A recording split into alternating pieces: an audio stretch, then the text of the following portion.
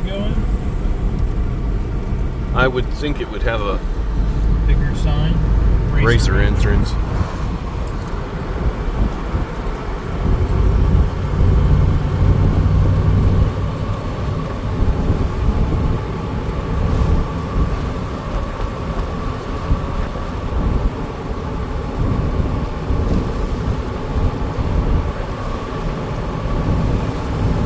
This might be a big event. Yeah, it looks like it. In a quarter mile, at the traffic circle, take the first exit onto Ohio 18 West.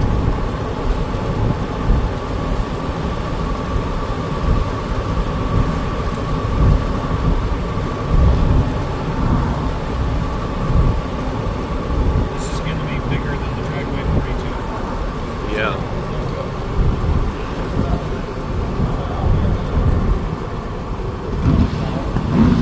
In 200 feet, at the traffic circle, take the first exit onto Ohio 18 West. In 600 feet, turn right. Turn right, then turn right.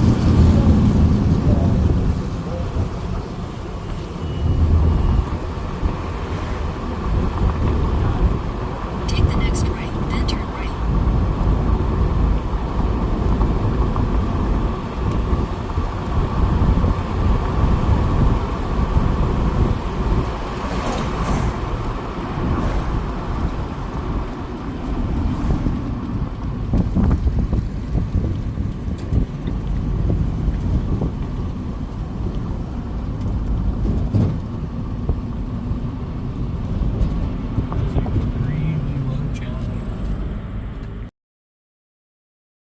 And with that, we arrived at the entrance to the spectator arena at the show. This was kind of unusual with the setup, with all of the spectators and the show itself being on the field section of Summit Motorsports Park. Other times it's on the paved side. So we're right at the front of the show. Obviously you can see the track over there in the background. Up in front of us is the beginning of the swap meet, and then the show cars are to the right, and over there are all the brand new Ken Ganley cars because they are the sponsor. So I guess we're going to start with the swap meet. So as we go into the beginning of the swap meet, I do want to point out that this show, the Ken Ganley Mopower Mania, was pretty late into the car show season for Northern Ohio. It took place from September 18th through the 21st. And that's kind of as these shows and all the clubs that support them start packing everything up for the season. So it was very interesting to see that not only was this show quite significantly attended, but all of the vendors were there. Actually, quite a few of them were ones we'd seen at other shows throughout the season, but it was interesting to see this late into the year and at this new of a show how many people had shown up. This is obviously only the third time that they've done this show, but being at Norwalk and having the support of Edelbrock and Summit Racing behind it, it really makes it fairly easy for these shows to kind of take off. And the swap meet was pretty good. To be honest, at this point in time, we're not really looking for all that much. We ticked most of the boxes we had while we were at Mopar Nationals. I will say one thing, however, which is the cars were ludicrously priced. Like this one here on the screen, while being an excellent example of a survivor car that was decently optioned from the factory, $12,500 for a 73 Plymouth Fury is kind of just ludicrous money. Especially when considering what we paid for a 340 Dart that I will admit isn't in as nice of original shape, but the kind of money people think that they're going to get out of undesirable Mopars at these shows is quite breathtaking sometimes. particularly if it has any kind of a big block, even if it's a late 73 and up big block that doesn't make that much power. But there will always be those people at these shows. And one thing that was very interesting at this show is a lot of decent sheet metal at pretty decent pricing. We looked at a couple deck lids. We need to do some research into what we'll have to do to ours. It is an original deck lid for a wing. It has factory cutouts, but at a certain point in time, somebody neglected to use the braces that were supposed to be used to reinforce the wing brackets, and it just put massive waves and killed the whole top skin of the deck lid. So we need to figure out the best way to fix that, but that's a whole nother story.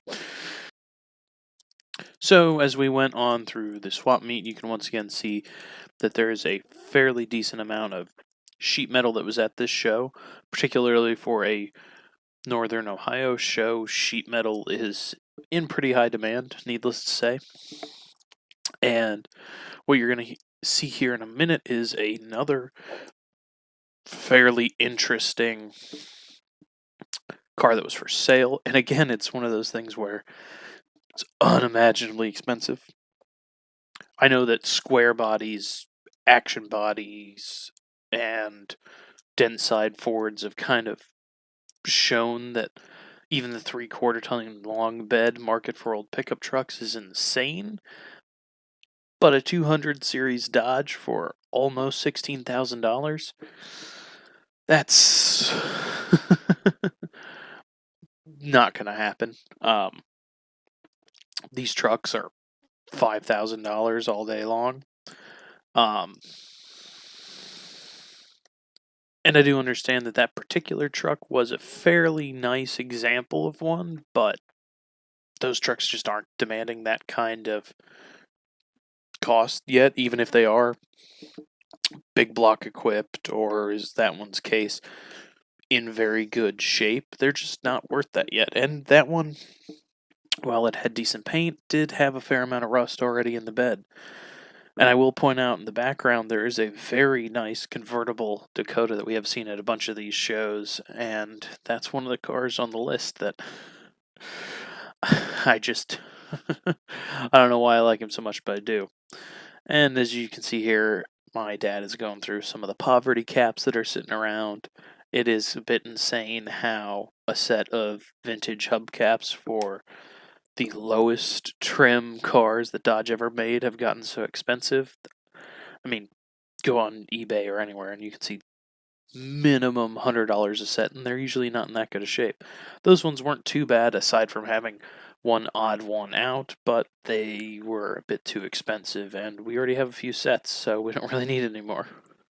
As we get up to the next booth, I will take this opportunity to kind of complain a little bit about the availability of parts on second-gen Dakotas, second-gen Rams. As you can see here, there is a cowl induction hood for a second-gen Dakota, which is a cool option in my opinion. But the hoods, and in particular the hood that I want, being a shaker hood, have gotten to insanity numbers. Paying $1,500 to buy a new hood is too much for cars that aren't worth $5,000 themselves. And it's just unfortunate to see that there isn't much of an aftermarket support for a lot of those cars. You come to these events and you see a decent number of Dakota RTs and just a decent number of Dakotas in general that have been built for drag racing, but the aftermarket just really isn't there yet. So up ahead of us in a moment, you're going to see a Plymouth Satellite that was for sale, and I just thought it was particularly interesting to see this car for, I couldn't remember, it's either the third or the fourth show in a row in Ohio that we've seen that Plymouth Satellite for sale. And it's a nice enough car, but it's got some rust, and it's clearly not priced to move because it's been around for so long. To be honest, it makes me think I should put together a dedicated video on the state of the classic Mopower market, particularly at these shows. At this point, I have a boatload of footage on just that alone. Just Mopar Nationals, you could do an entire video on the insanity, but maybe that'll come out in the future. Here we had the one car in the car corral that I was actually very interested in. So this is a 1964 Dodge D100. And in a moment here, you'll see that it has a low deck big block swapped into it, a 400 to be specific. And it's just kind of set up as kind of a hot rod, kind of an old man car. It appeared that the only thing they did to it was stab a drivetrain in it. As you can see here, it still has drum brakes and a leaf-sprung straight axle in the front of it, even though it is a two-wheel drive truck. And I don't know, these early 60s Dodges have never had mass collector appeal, but I like them, particularly a step-side. And that truck was very reasonably priced at $6,500. So maybe there is a hope for the state of the classic Mopar market. And up here in front of us, you'll see about the only other car that was in the car corral area that I thought was moderately priced. This is a 1970 Super B that it claims to be an original 383 HP car in Go Mango.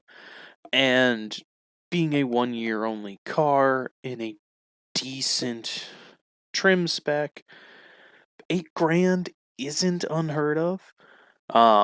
Particularly with being the Go Mango Orange being kind of the iconic version, because it's the same as David Freiberger's. But overall, not a bad price.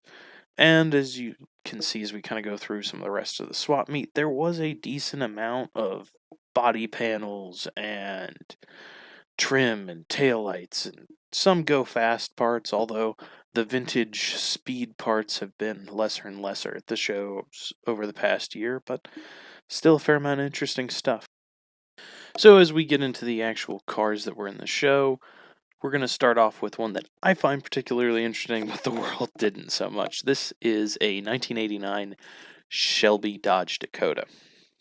So, in only 1989, Shelby tuned the first generation Dodge Dakota mini truck, and tune is a strong word.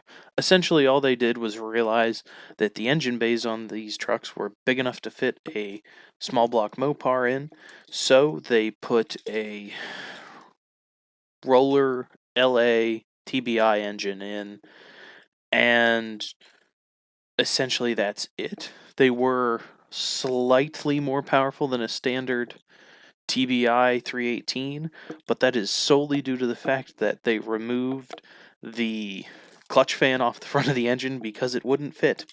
So it got 5 horsepower from that. These trucks were mostly an appearance package. This one is missing some of the standard graphics that were on the side. They also got the faux pre-runner, not a roll bar thing that goes from the top of the bed to the top of the cab, and wheels. And a very interesting custom interior that says Shelby in a million different places. But these trucks were fairly interesting in that it was kind of the return of Shelby to a rear-wheel drive platform, and it was the first truck that Shelby would tune. Prior to this, he had moved to a lot of GLIs and the similar front-wheel drive-based Dodges, and I guess they were cool, but they were real ugly. Not the first-gen Dakotas or anything super special to look at, but these trucks did have some fairly impressive performance stats for the time, while only being rated at 175 horsepower and 270 foot-pounds of torque. When Motor Trend tested them, they got this truck to run a 15.6 in the quarter mile, which for the 1980s, that's pretty impressive. Cars mostly just didn't run in the 1980s. And given my own experiences with the following generation performance truck, I'm betting they're sandbagging on that horsepower number. You're hard-pressed to get a Dakota RT with 245 horsepower to do mid to low 15s stock, so I'm willing to bet they're sandbagging that number at a minimum. So here we have kind of a story of two second-gen fastback Barracudas. So this first one, whilst being beautiful and exteriorly quite restored, it is far from a stock car. As you can see, it's got what appears to be a tall deck big block with a dual quad setup, and it's back aft, while this second car is restored quite exquisitely, even down to featuring stock manifolds. And it's very interesting at these shows, just the combination that you tend to see. And that's, in my experience, quite a bit different from some of the other shows that we tend to go to. Up next, we have two Malaise era B bodies, one being a Magnum and the other being a Dodge Charger. These cars are pretty interesting. They are on the standard B-body platform, so a lot of components interchange just the same as all the other generations. But these cars are from a different era, and because of that, they tend to be looked down upon. They certainly weren't from the horsepower era. Even the substantial big blocks that they tended to come with, like 400s and the occasional 440, were far from fire breathers. They tended to be packed full of cast components instead of forged cranks, and because of that, they just don't get the same respect as their muscle car era counterparts. But that being said, they're very cheap, and they are certainly the most inexpensive way to get into a B-body. So up next, we're going to kind of go through a bit of the new cars that Ken Ganley ended up bringing to the show, and as you can probably catch on, we're not really into new cars all that much. My newest car's 13 years old at this point, so I don't really care that much. But that being said, I struggle not to look at Jeeps, particularly green ones, as I go by. But this one kind of blew my mind, because it is, for the most part, a base model Jeep. And it was $40-some thousand, which is just insanity, because it won't be worth that in 6 months, let alone 6 years. So this next section of cars is fairly interesting. Based off the Superbirds, you'd normally think that it would be the Millionaire's Row kind of thing. And to an extent it is. Even this Barracuda here that is two-toned is a ultra-rare factory drag car. But what these cars are the Friends of Summit Racing cars, because we've seen all of them in the front showroom at Summit Racing's International HQ in Talmadge, Ohio. So this green truck that's coming up is a very wicked truck. So you'll notice in a moment it has a custom license plate on the front end that says 540 cubic inches. And from the dual quads and the evil looking headers on it, it looks like a very serious engine. But what a 540 is you take a 400 cubic inch short deck big block, and you typically go to 440 source and get a stupidly tall stroker crank, and you can stroke it to 540 cubic inches, because the 400 cubic inch big block is the largest bore diameter that Mopower ever offered. Here we have a very cool example of a 1972 Plymouth Satellite. You can tell it's a 72 based off of the front marker lights. 71 had a segmented front light.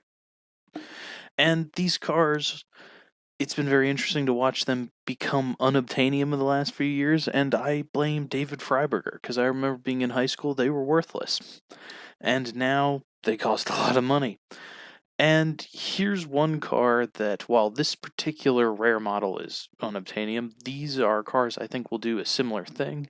So this is a F-body, particularly a Aspen kit. They also came as Plymouth Valares, and they're the continuation, or the replacement for this, the Duster, the A-body. And they're very cheap now, but they can accept essentially any small block, just like A-bodies, and I think in the very near future they're going to go the same route as the A-body. though probably never as high.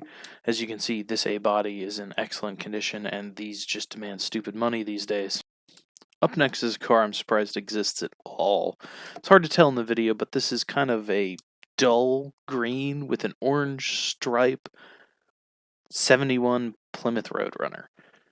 As I said just a moment ago, these cars have become insanely desirable. This particular car has an air grabber hood, 440, and a pistol grip 4-speed. And somebody chose all of those options when they ordered it, and green and orange, which I don't know that much about the build numbers on these, but I'd be willing to bet that there aren't very many of those, and there might very well only be that one that guy ordered.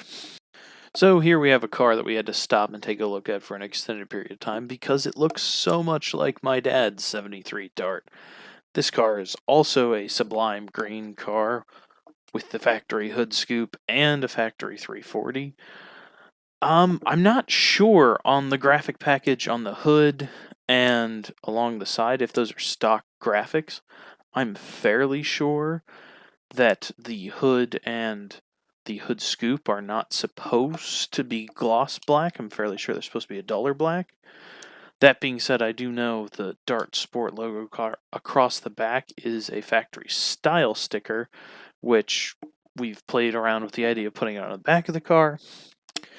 It wouldn't be the factory correct thing to do, but both my parents like the look of it and think they want it there. Make a comment to say if you think it should be changed or not. Me personally, I think that car is special enough as it is that we should just keep it the way it is, but opinions on that may vary. With that, we began walking around to the other portions of this event. While the swap meet and the car show were both fantastic, a lot of these Mopar events in the area tend to be more focused on the drag racing. And that's, to a degree, a bit unusual. This same venue, Summit Motorsports Park, hosts Pontiac Nationals, which, don't get me wrong, there's a fair amount of drag racing that happens at it, but it seems that Mopar people are a bit different when it comes to racing and a lot more focused on it. And because of that, there tends to be a lot more action in the lanes and in the pits themselves. One thing that's cool about Summit Motorsports Park is that you can walk around so much of it.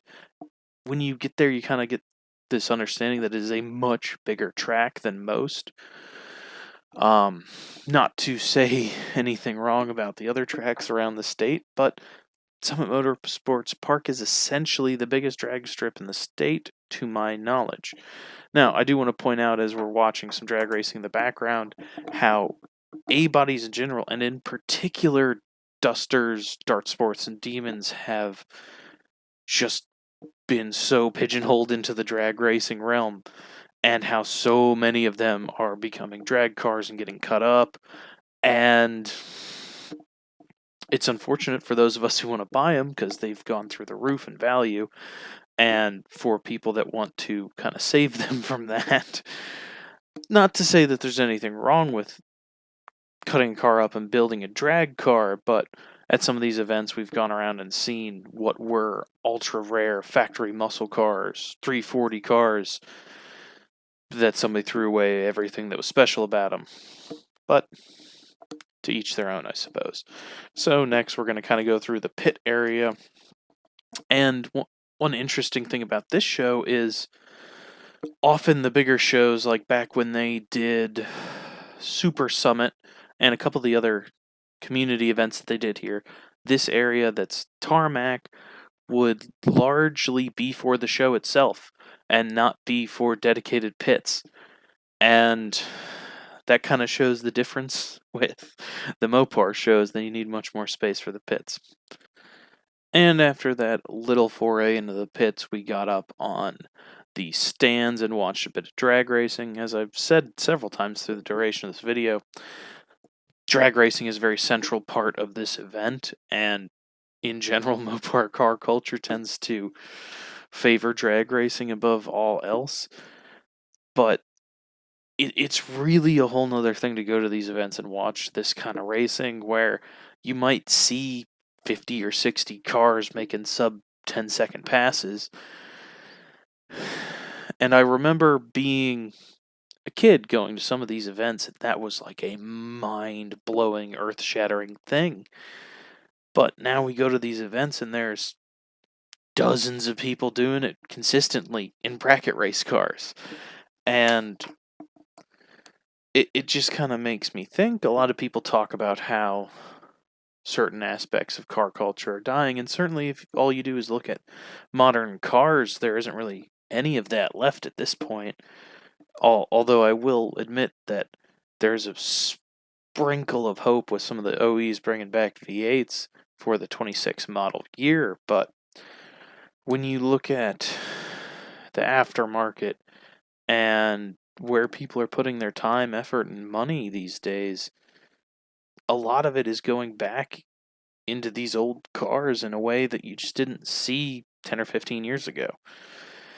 And it just makes me think that everybody who thinks shortly down the line all the people that love these cars are going to be gone are just fools, because there's always new people getting into this. And all you have to do is go on social media for a few minutes to understand that there's a whole new generation of people excited about these cars. After watching a bit of drag racing, we thought it would be interesting to kind of go through the pit area. Depending on show to show, these can kind of vary as to what all is here. This show is pretty standard. It was just the racers and their accommodations. One thing I will point out, as just this couple seconds of shots show you the number of dusters and dart sports and other A bodies is just insane at these. And I know that they are the go-to drag race car because they're a very light platform. They're easy to put small blocks or even big blocks into. And the amount of support for them's kind of gone crazy for the most part in recent times. But it's just very interesting to see how that shift has happened. I remember going to some of these events as a kid, and the old school super stock B bodies were kind of the go-to. And that's not to say that A bodies weren't a big deal with drag racing. It's just that these 70s dusters and dart sports have become the standard. And I'll put the blame on that a variety of places. One, they were cheap, and so everybody bought them and cut them up. And B, cars like the Crop Duster on Roadkill and Tony Angelo's Demon, at least in our case, inspired us to go get one. But they seem to have set the standard for modern Mopar drag cars. And hot rods in general. Tony Angelo's Demon is much more of just a hot rod. But it's very interesting to see how these cars have just exploded in the drag race scene, and it kind of makes me think that in a few years' time they'll get to unobtainium, and having a high-spec original 340 car will be a good thing, because it'll be worth $1 million, and then we won't know what to do with it. But that's a problem for the future. Here's a car we found in the pits that I found particularly interesting, and that is a AMC Hornet. You see a lot of AMCs in and out of these Mopar shows, and that's kind of because there isn't really a home for them anywhere else, but it's always interesting to see them out here. And now we get to a big area of second-gen Dakotas, which are becoming more prevalent at these shows. That black car there, I've seen at several of them around Northeast Ohio, which is always interesting, and makes me think I really need to at least get mine to go down the track once in the near future. Well, what did you think? How did it compare to, say, Mopar Nationals or the Mopar event at Dragway 42? It was bigger and better than the Dragway 42 event, but I don't think anything aside from maybe Holly's Mo Party is going to be as big as Mopar Nationals. In 500 Track's feet, nicer turn than the left other onto ones. Ohio 18 East. Yeah, the track is nice, although Dragway 42's track was pretty nice. Yeah, but Summit's is biggest and baddest. Take the next left onto Ohio 18 East. Definitely might be one of those come back next year and take it a little more serious events.